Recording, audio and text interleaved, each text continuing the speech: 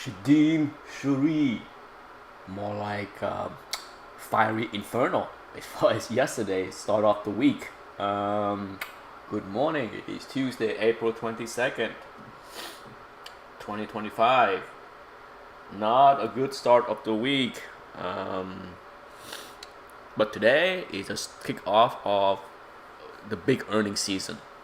Sure, earnings season started last week, but it was a slow trickle.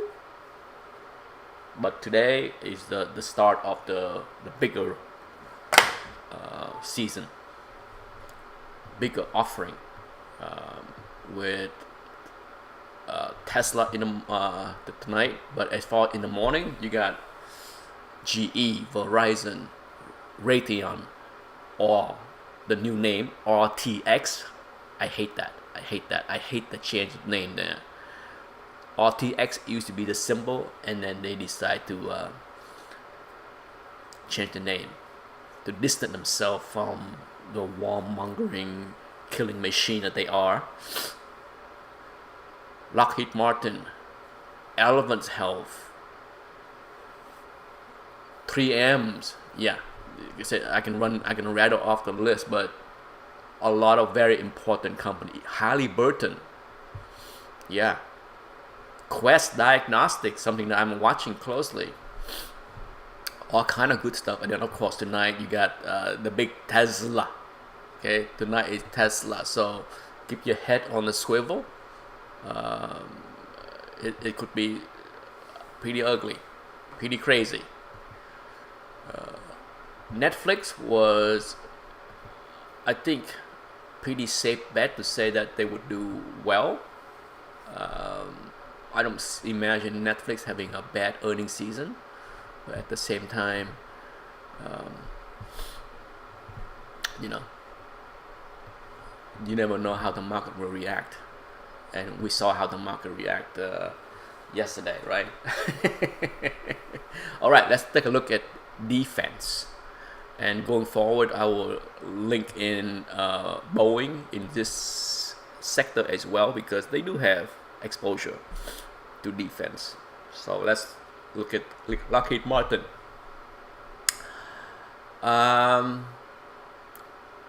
If earning is ugly, can it get down to rev low? And is that worth a buy? Yeah. If you want to trade, I would not say go out there and earning would likely come right at 7-ish, I think. So be ready. Would I, if it dump into 52-week low, I might consider selling put spread below. Where? Right there, right at that gap fill at 410.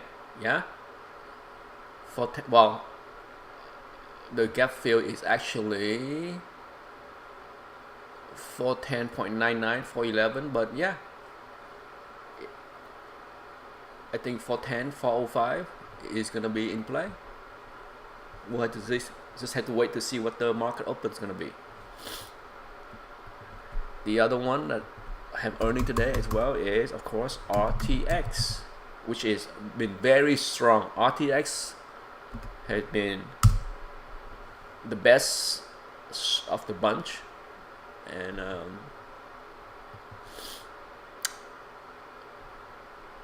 is it worth a buy? If you want to own it, I would say keep your eyes on the 200. Okay, it can violate that, but should it dump into the 61.8 ref low, yeah, that's a buy. Okay, if you want to buy, 200 MA might be the start, but I would rather wait. Sell put spread down here, right? Be safe. I can't stress enough to be safe. Text, the ugly looking chart. I would avoid this like a plague. No, it is very bearish looking chart here. Fill the gap, and struggle ever since. It can come back down with earnings, so watch out. I like General Dynamics. It has come off the bottom. If you bought down there, congratulations. If you bought here and you got out here, good on you. Well, I bought somewhere over here. Bought more, got out some, got out completely. Okay. I was looking to get out completely at the 200, but nope. Fool me once is all right. You're not gonna fool me twice. I mean, it was a small profit, the total trade, so it was not a complete disaster. But right now, I would say be very careful. The 200 is here. This is definitely the zone of resistance. So if you have it, I would say make sure you have order to at least trim up there. Yeah. Raise your stop. That's all I gotta tell you. Raise your stop. Low up yesterday if you can. That should be your stop. Raise it at the worst, the 20 MA, because it can come way down. Now, if it come down, yeah, ref low, absolutely, it's worth a trade.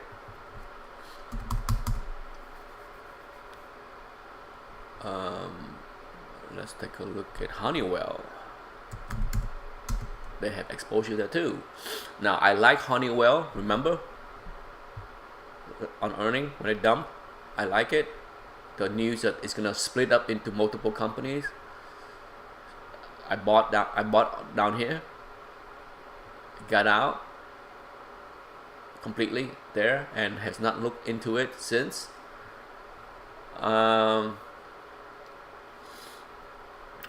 I would say, is there any kind of put down here?